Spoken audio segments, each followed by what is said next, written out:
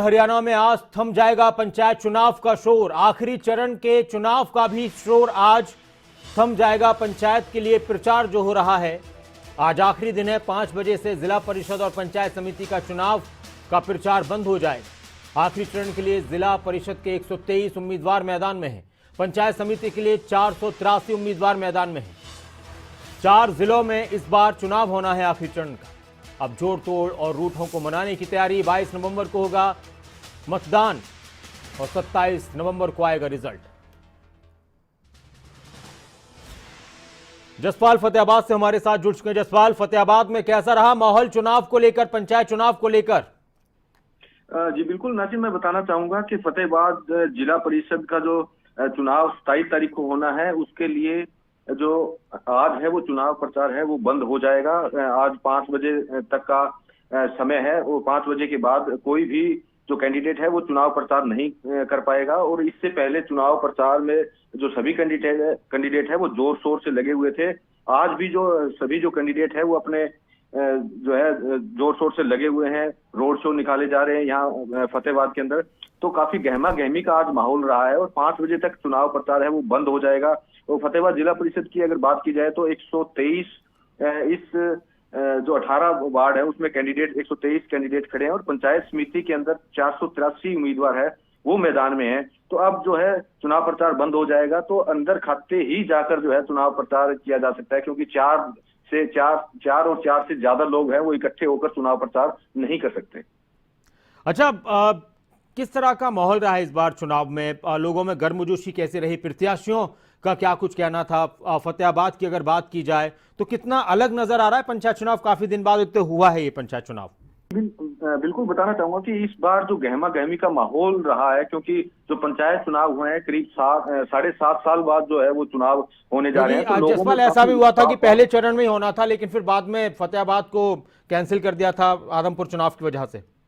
बिल्कुल, आदमपुर चुनाव को लेकर जो है पहले फतेहाबाद में पहले चरण में चुनाव होना था और उसके बाद जो आदमपुर का जो चुनाव है उसकी वजह से जो तीसरे चरण में है इसको डाला गया था। अब तीसरा चरण चल रहा है। हरियाणा के अंदर 4 जिले हैं जिसमें फतेहाबाद शामिल है। तो फतेहाबाद में काफी जो गहमा गहमी का माहौल रहा था। चुनाव प्रचार में लोग बेहतरीन तरीके से अपने अलग अलग ढंग से जो है वो चुनाव प्रचार रहा था। और आज जो शाम को है 5 बजे बंद हो जाएगा, क्योंकि जो गहमा गहमी का माहौल है वो कम हो जाएगा। और उसके बाद अब जो सरपंच के जो चुनाव है वो 25 को है, तो वो 25 तक जो है सरपंच पद के जो उम्मीदवार है वो चुनाव प्रचार जो है वो कर सकते हैं। तो अब जिला परिषद का चुनाव है आज बंद हो जाएगा और 22 तारीख को चुनाव होंगे और उसके परिणाम है वो 27 तारीख को आएंगे। शुक्रिया इस पूरी बातचीत के लिए, जानकारी के लिए जसपाल। और हमारे साथ पलवल से दिनेश कुमार भी जुड़ चुके हैं, हमारे संवाददाता। दिनेश, पलवल में भी जिला परिषद के चुनाव के लिए आज आखिरी दिन है प्रचार का। किस तरह का माहौल रहा? क्या कुछ उत्साह था प्रत्याशियों में? और चुनाव को लेकर मतदाता क्या कहते हैं? देखिए, अभी बार जो है जिला परिषद और पंचायत के चुनाव अलग अलग तारीख को हो रहे हैं। जिला परिषद का चुनाव है जो 21 तारीख को है और 22 तारीख को है, और जो है पंचायत का चुनाव है वो 25 तारीख को है। जिला परिषद का चुनाव का आज जो है प्रचार का आज अंतिम दिन। 5 बजे तक चुनाव प्रचार बिल्कुल थम जाएगा। अंतिम दिन सभी प्रत्याशियों ने, जिला परिषद के जो प्रत्याशी हैं, काफी जोर लगाया है। ज्यादातर प्रत्याशी आज अलग अलग गांवों के वार्डों में जो रोड शो किए हैं।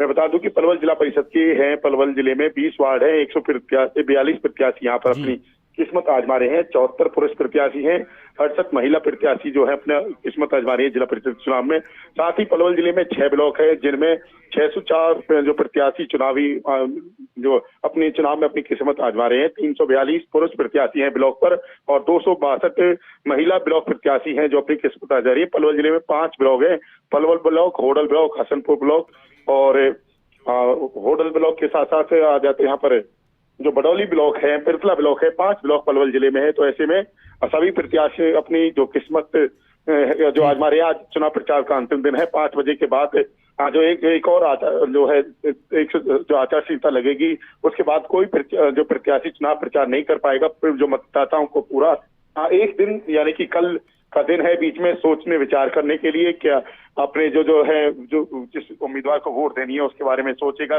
कोई प्रत्याशी किसी को भ्रमित नहीं कर पाएगा। प्रचार अब बिल्कुल थम जाएगा। उसके बाद जो है 22 तारीख को वोटिंग होगी जिला परिषद के चुनाव के लिए। जी और शुक्रिया दिनेश इस पूरी बातचीत के लिए, जानकारी। और कुलदीप भी हमारे साथ हैं हिसार से, हमारे संवाददाता। कुलदीप, हिसार में भी आज जिला परिषद के लिए प्रचार थमने वाला है, किस तरह का प्रचार रहा, कितने उत्साहित हैं प्रत्याशी और मतदाताओं का क्या कुछ कहना रहा इस दौरान चुनाव को लेकर? बिल्कुल नासिर, जिस तरीके से चुनाव प्रचार को लेकर काफी लंबे समय से जो है इंतजार कर रहे थे ग्रामीण और जो प्रत्याशी थे, वो लगातार अपनी तैयारियों में जुटे हुए थे। और अब जिस तरीके से बेहद कम समय में अचानक जो है चुनाव हुआ, तो कहीं ना कहीं प्रत्याशियों ने बहुत तेजी से भागदौड़ की, बहुत जोर आजमाइश की कि किस तरीके से ज्यादा लोगों तक पहुंचा जा सके। और आज जो है 5 बजे प्रचार जिला परिषद के चुनाव को लेकर बंद होने वाला है। तो ऐसे में लगातार जुटे हुए हैं रोड शो, जो प्रत्याशी हैं वो अपने अपने गाँव में रोड शो निकाल रहे हैं, क्योंकि एक जो पार्षद है वो करीब 5 से 7 गांव का जो एक वार्ड बनता है उस पर वो प्रत्याशी होता है। तो लगातार सभी गांवों में जिस तरीके से विधायक का चुनाव होता है, सेम उसी तरीके से वो जो है रोड शो निकाल कर आखिरी दिन जो है ज्यादा से ज्यादा लोगों तक अपनी बात कहने का प्रयास कर रहे हैं। और पुलिस की तरफ से जो लगातार है गाँव में पेट्रोलिंग की जा रही है। इसके अलावा विशेष तौर पर जो है करीब 50 के आसपास जो है हिसार जिले में पुलिस पेट्रोलिंग टीम बनाई गई है, जिनमें जो है एक SI स्तर के अधिकारी रहेंगे जो लगातार ड्यूटी मजिस्ट्रेट के संपर्क में रहेंगे, और उसके साथ जो है पुलिस के कुछ जवान उनके साथ तैनात होंगे एक वाहन में, और वो एक इमरजेंसी रिस्पांस टीम की तरह काम करेगी। वो फील्ड में घूमते रहेंगे और जैसे ही किसी भी असंवेदनशील या अति संवेदनशील जो गांव है वहां अगर किसी तरह की कोई जो है कानूनन स्थिति उत्पन्न होती है, तो ऐसे में तुरंत जो है वहां रिस्पांस दिया जा सके। तो इस तरह की इमरजेंसी रिस्पांस टीम तरह की जो है एक प्रक्रिया पुलिस प्रशासन की तरफ से बनाई गई है। इस तरह की टीमें जो है पूरे जिले में उतारी गई। शुक्रिया कुलदीप इस पूरी बातचीत के लिए।